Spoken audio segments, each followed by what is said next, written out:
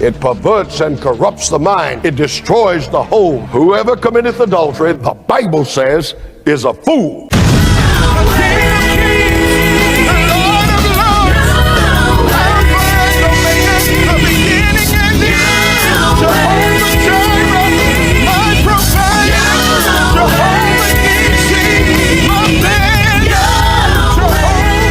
I'm going to the book of Proverbs chapter 7 and verse 6. There the Bible says, "For at the window of my house I looked through my casement and beheld among the simple ones." What kind? I beheld among the simple ones. I discerned among the youths a young man void of understanding. And in the margin it says, lacking common sense. Passing through the street near her corner. And he went the way to her house in the twilight, in the evening, in the black and dark night. And behold, there met him a woman with the attire of an harlot. That's the way they dress. Too tight and too short and too low. The woman met him with the attire of a harlot and subtle of heart. That means deceitful and tricky. She is loud and stubborn. Her feet abide not in her house.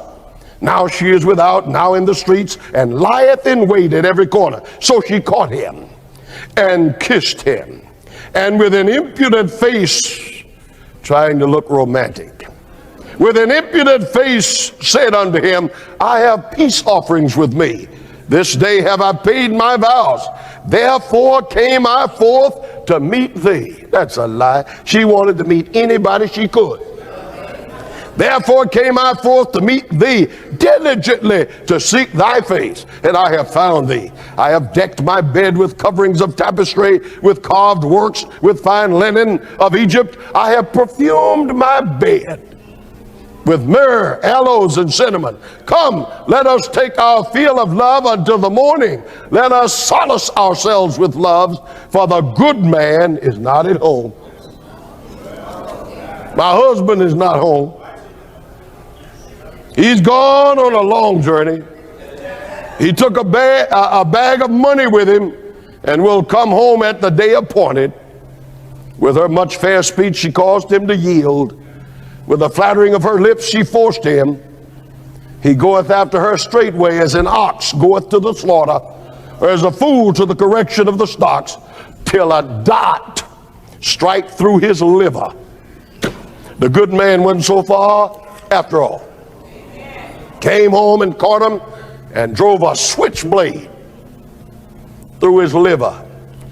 The Bible says that man was a fool. Whoever committeth adultery, the Bible says, is a fool. It perverts and corrupts the mind. It destroys the home. It hurts and bruises and wounds a good woman. And the thing that amazes me is most men who do it leave a jewel and find something that isn't worth dragging home. And degradation and degeneracy sets in. And the minute you start it, your wife becomes unattractive. As she gets older, you become more and more critical. More and more wrinkles, more and more gray hair. She's given you her youth, but because you fool around, she doesn't look so good. Now, really, somebody said about a man, it works with women too. Same thing, and there are plenty of women who are unfaithful to their husbands.